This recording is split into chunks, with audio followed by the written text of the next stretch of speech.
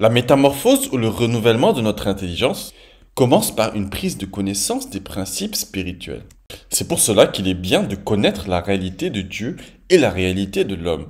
Sinon, tous les principes définis par la Bible nous sembleraient barbares et tordus. Et ils le seront vraiment si nous ne comprenons pas le contexte dans lequel ils sont présentés. À titre d'exemple, parmi tant d'autres, pour être un bon disciple de Christ, il faut mourir à soi-même et porter sa croix. Ou bien, vivre par l'esprit revient à crucifier sa chair. Comment intégrer cela dans son esprit lorsqu'on lit la Bible pour la première fois? Ces principes ne sont-ils pas tordus dans une première approche? Pourtant, le sens est profond et ne sous-entend bien sûr aucune atteinte à son propre corps, contrairement à ce que les mots peuvent signifier. L'ensemble des principes de Christ et l'ensemble des révélations de ses apôtres contenues dans le Nouveau Testament constituent la parole de Christ, une sorte de nouvelle loi que l'on appelle la loi de la grâce ou la loi de l'esprit. D'un point de vue politique ou étatique, une loi est un élément d'une constitution qui elle-même régit le fonctionnement d'un pays à tous les niveaux. Cette constitution est garantie par des représentants et des autorités au-dessus desquels trône une autorité suprême ou un roi dans certains cas. Les lois spirituelles contenues dans la Bible sont un ensemble d'éléments qui constituent la parole ou le logos. Cette parole est garantie et préservée par des représentants spirituels qui ne sont autres que les disciples de Christ, lesquels sont soumis à l'autorité suprême que l'on appelle le roi des rois et le seigneur des seigneurs, Jésus-Christ. Ce dernier règne sur un royaume invisible selon un système propre que l'on appelle le royaume de Dieu. Le royaume de Dieu, un royaume annoncé par Jésus. La mauvaise interprétation du terme royaume de Dieu a fait dériver un bon nombre de dénominations. Celle-ci affirme que le royaume de Dieu n'est autre que l'éternité après la mort. Bien que dans certains contextes des Écritures, cette définition est avérée, le terme royaume de Dieu renvoie surtout à une vie spirituelle, mais terrestre. Autrement dit, le royaume de Dieu existe à ce jour et est accessible même de notre vivant. Jésus-Christ lui-même est venu annoncer ce royaume. Dans l'évangile de Matthieu, chapitre 4, versets 15 à 17, il est écrit « Le peuple de Zabulon et de Nephtali, de la contrée voisine de la mer, du pays au-delà du Jourdain, et de la Galilée des gentils, ce peuple assis dans les ténèbres a vu une grande lumière.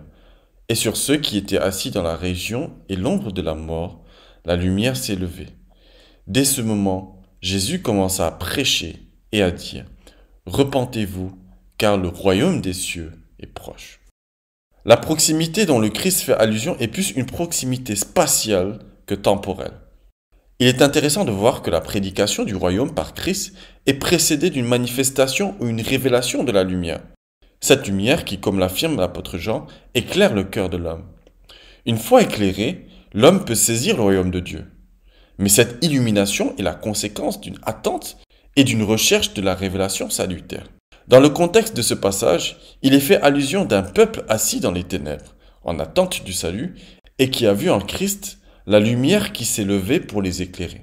C'est dans cette contrée de Capernaum que Jésus a exercé une grande partie de son ministère terrestre. La reconnaissance de Jésus comme lumière a qualifié le peuple galiléen pour le royaume des cieux. Ils étaient prêts à vivre le surnaturel, à entrer dans une nouvelle dimension. Parmi ce peuple, on compte une grande partie des apôtres de Christ, qui seront plus tard les piliers de l'Église de Christ. Toutefois, la repentance est primordiale. La repentance n'est pas uniquement, contrairement à ce que l'on pense, la confession des péchés. La repentance est un changement radical de façon de raisonner et de vivre, un bouleversement de nos standards. Cela rejoint la citation de l'apôtre Paul dans laquelle il nous recommande d'être transformés, métamorphosés par le renouvellement de notre intelligence. Cette métamorphose rend le royaume de Dieu à portée de l'homme. L'accessibilité du royaume annoncé par Jésus répond donc à cet ordre des 4 R. Premièrement, R comme recherche ou attente par la méditation. Deuxièmement, R comme révélation ou illumination. Troisièmement, R comme repentance.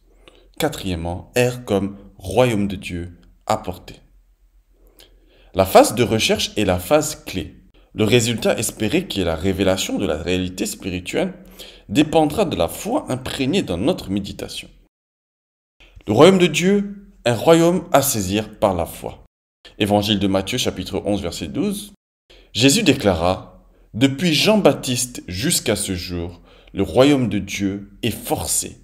Ce sont les violents qui s'en emparent. » Cette déclaration de Jésus peut porter à confusion. Faut-il faire preuve d'agressivité pour être qualifié pour le royaume de Dieu? Certainement pas. Mais pour comprendre l'usage de ce terme par Jésus, revenons au contexte de l'époque. Nous sommes en Palestine sous l'occupation romaine. Le peuple juif, sous l'oppression de ses envahisseurs, souffre de divers maux et attend son Messie comme annoncé dans les textes sacrés. Voici qu'arrive Jésus en plein milieu de ce chaos, apportant la bonne nouvelle du royaume, guérissant les malades, délivrant ceux qui étaient sous l'emprise de la malédiction et apportant le réconfort. Sa renommée s'est répandue dans toute la province et dans les alentours. Or, nous sommes dans une époque où on ne pouvait communiquer à distance et annoncer les dates et lieux de passage de Jésus qui allaient de lieu en lieu. Imaginons un instant l'empressement et le zèle que pouvait avoir une personne de la contrée dont la vie nécessitait une intervention miraculeuse de Jésus et qui ne pouvait par aucun moyen savoir où il était. Il est fort probable que l'on se renseignait auprès de l'entourage et que l'on effectuait des kilomètres, voire des jours de marche pour le trouver. Nous voyons plusieurs récits dans les évangiles où certains ont fait preuve de zèle et d'audace pour rencontrer Jésus, comme cette femme en perte de sang qui a bousculé la foule et ne pouvant le toucher, chercha à toucher le pan de sa robe pour recevoir son miracle. Ou bien ces hommes qui ont dû détruire le toit d'une maison pour frayer un passage à leur ami paralytique, porté par une sorte de brancard, pour devancer la foule devant Jésus. C'est ce type de violence dont Jésus parle lorsqu'il dit que le royaume de Dieu est forcé et que ce sont les violents qui s'en emparent. C'est ce qu'on appelle faire un acte de foi. Ce type de violence et de zèle ne se prête pas à notre époque. Le miracle n'est plus accessible par la présence physique de Jésus. Il est désormais accessible par sa présence invisible, par le Saint-Esprit. Toutefois, des barrières existent, bien qu'elles soient différentes des barrières à l'époque de Jésus. Ce ne sont pas les contraintes de distance et d'accessibilité qui freinent l'accès au miracle aujourd'hui, mais les barrières de la distraction, du doute et de notre raison. Le royaume de Dieu est à portée, mais il faut se défaire de tout ce qui empêche de le percevoir par notre esprit. C'est cela le combat de la foi. Voir de loin son miracle, ou l'exaucement d'une requête, se défaire de ce que la raison ou ce que la réalité physique veut nous faire croire, se défaire de toute forme de distraction et se focaliser sur une seule et unique pensée, celle de saisir le royaume de Dieu. Et plus notre soif est grande, plus l'accès est facile.